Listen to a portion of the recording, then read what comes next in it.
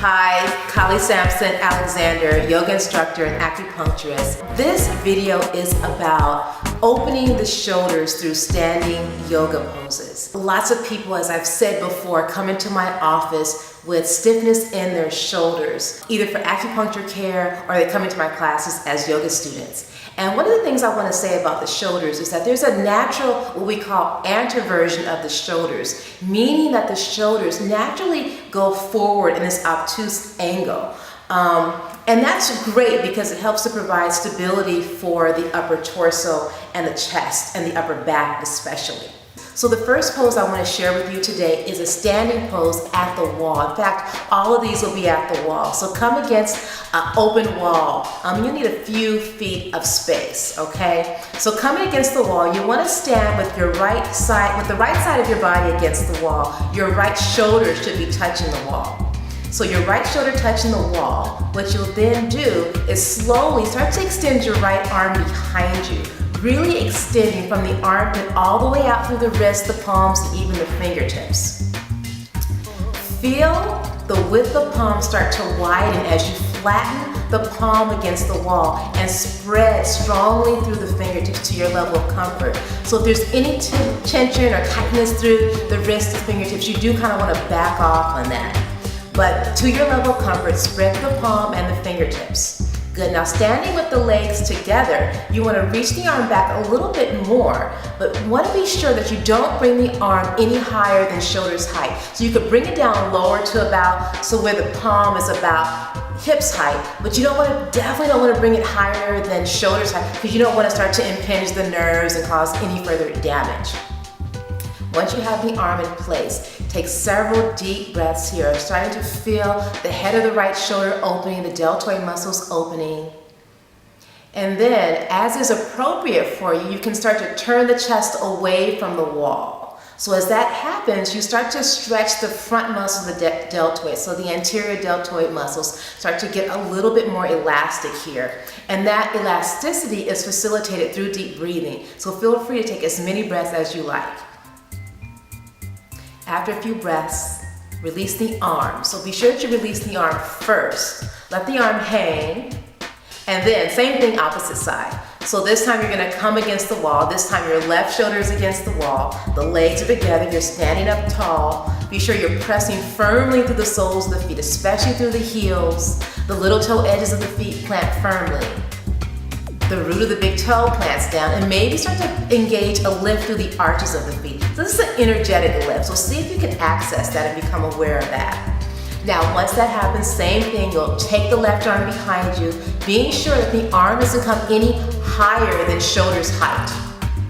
Now, don't be surprised if you notice that one shoulder is tighter or more flexible than the other. This is completely normal, so just be aware that that may happen to you. Now, once you extend the arm back, again, you're extending straight out through the left armpit, all the way out the length of the arm, all the way through the palm and the fingertips.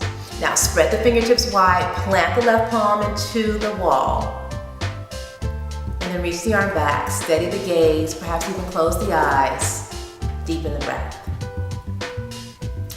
Now, as you're ready, keeping the feet planted, drawing the inner thighs toward each other, you can start to turn the chest away from the wall. Now, as this happens, the left side of your chest starts to open. The anterior deltoid muscle, the front shoulder muscle, starts to open, starts to become a little bit more elastic. And see if you can energetically draw your breath deep into the left front shoulder muscle. So imagine that your breath had like these little fingers, and the breath could actually reach into the shoulder muscles and start to massage that muscle open. After a few deep breaths, you can release the arm, bring it down to your side, and then that prepares us for our next pose. And I call this pose wall dog. So it's sort of like downward facing dog, but instead of having the hands planted on the floor, your hands are actually planted on the wall. So to come into this pose, you'll face the wall, walk toward the wall, and you're gonna bend the elbows. So the forearm and the upper arms are at a 90-degree angle.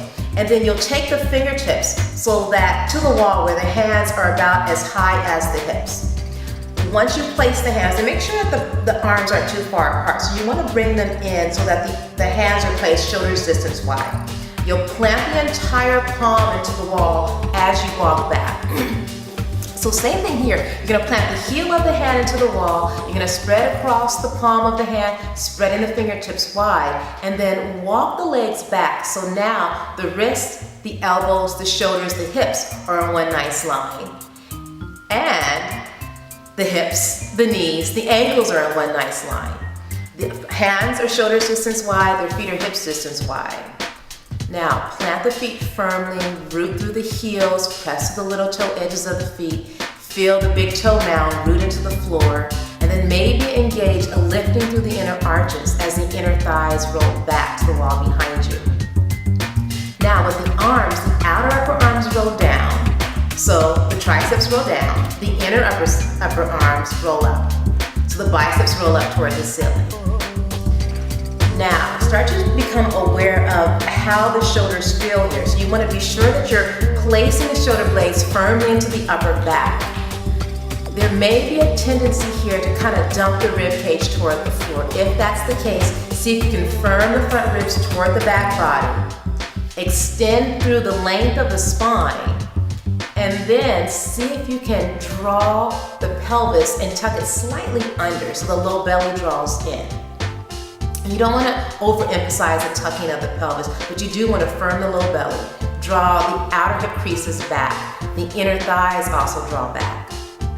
Now taking a few breaths here, being sure that you really maintain the integrity of the shoulder girdle by keeping that spinning of the arms. So the outer upper arms drawing down, the inner upper arms drawing up. Steady the gaze, close the eyes. Don't let the head drop here, so keep the head and neck in line with the spine.